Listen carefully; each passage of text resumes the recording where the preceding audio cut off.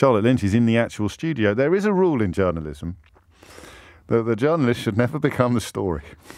But it is a rule that is occasionally quite rightly broken, not by the journalist, but by authorities treating journalists in a certain way. And that happened to Charlotte yesterday in the most scandalous of circumstances. I use that word advisedly. The idea of a journalist being arrested for doing journalism is something that should strike a chill into everybody's heart. And you may not like this, but it is substantively and substantially different from protesters being arrested for protesting.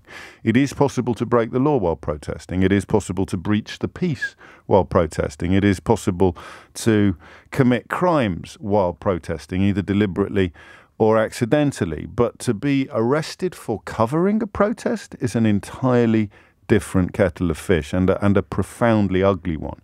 Neither was she the only person to be arrested over the last couple of days. And the point seems to me to be that you were on a footbridge observing events when your collar, your proverbial collar, was felt by the police. To talk me through the very first moments. Presumably you thought it was going to be a relatively run-of-the-mill exchange. It would be what are you doing here? I'm doing this. Here's my press card. All right, carry on. Keep your head down. Have a nice day.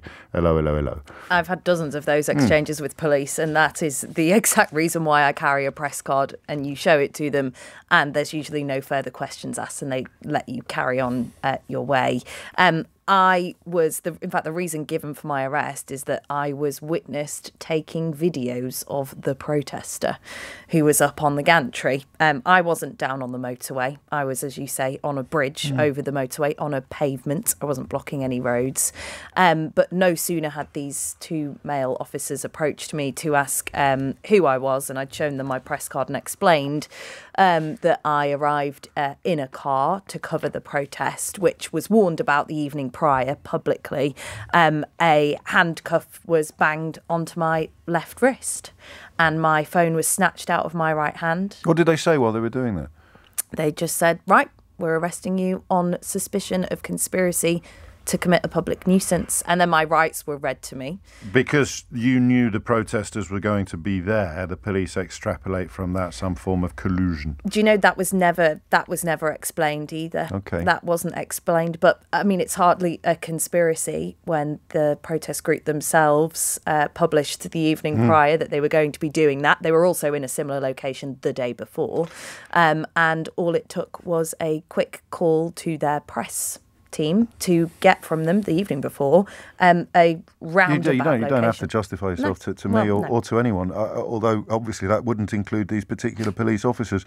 There is a number on the back of your press card from the National, I always get confused whether it's ACPO or the National Police Chiefs Council. National Police Chiefs Council. I mean, it is actually part of the package, as it were. It says the National Police Chiefs Council recognised the holder of this card as a bona fide news gatherer to ring and check this, to verify this, ring this hotline. That apparently took them 5 hours. Filming something being a fairly neat example of gathering news. Yes, absolutely. One would imagine. It's a tricky question, really, but do you think they were acting with a degree of autonomy, these officers, or do you think they had been told to round up reporters? Because it had happened to a cameraman and a photographer the documentary maker, I think Nick spoke to yesterday, had happened the previous day. Yeah. Do you know what? They made 3 arrests yesterday, Hertfordshire Constabulary, one of which was myself. And I've covered these protests for a long time, all throughout October when they were demonstrating. And the police came under a lot of criticism for, the way they dealt with the protesters and the length of time it took. Now, they're quite quick to then put out, well, we've taken this action and we've made all of these arrests. Now, 3 arrests looks better than 2. Yeah. In my opinion.